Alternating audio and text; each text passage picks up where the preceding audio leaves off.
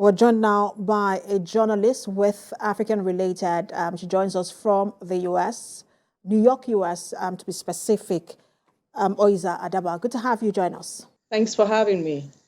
I'm having difficulty hearing, though.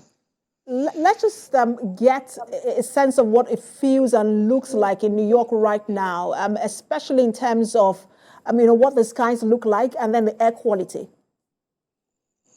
Right. Thanks for having me. Well, New York right now is better looking than New York a couple of days ago.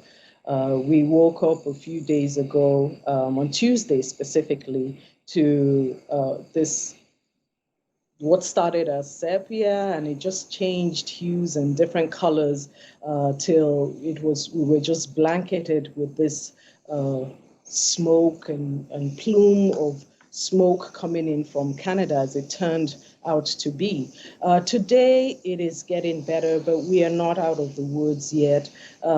Mayor Eric Adams passing on N95 masks from door to door yesterday. The air quality is still within that red zone, but it is not as bad as it's been in the last few days. We're told that it's moving southwards, it's moving south and also moving west from later on today and into tomorrow. It's something that we'll continue to monitor. I was out 2 days ago, and I went out again yesterday. And in that 3 p.m.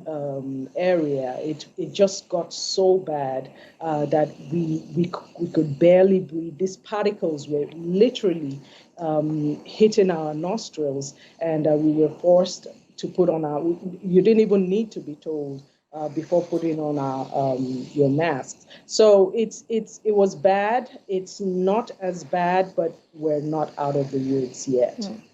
And to what extent has this impacted businesses and air travel?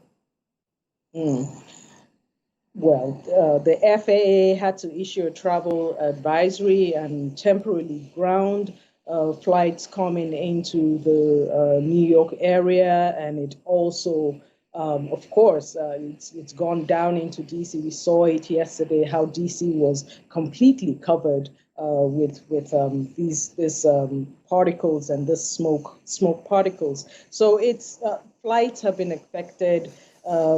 Schools have also been affected. Children are learning from home. Back to learning from home, almost back to the COVID days with the masks and the virtual learning has also been reintroduced into the system. Now, sensitive groups also have also been advised to stay indoors. So people that normally would be going about their normal daily activities cannot even do that anymore. And when we talk about sensitive groups, we're talking about children, the elderly, people with pre-existing conditions that are likely to be even more affected by this.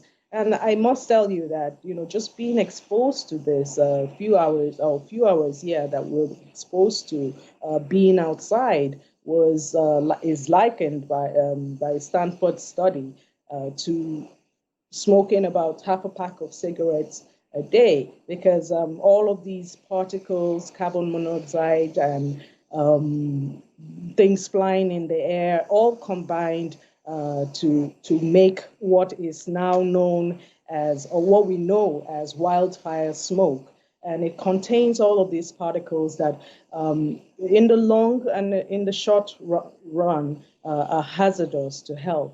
So it helps us have a better appreciation for firefighters and what they go through on a daily, just having been exposed to it for that short period of time. It's not just the nostrils, our eyes too, we're burning. And this is me from personal experience, being out there.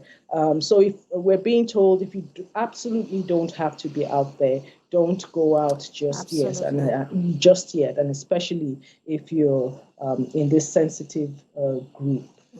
And I know that you're a journalist. Our first instinct is to want to report everything. I would just say, please stay safe yourself. And thank you so much for talking to us, Oyiza Adaba, journalist, Africa related. Thank you.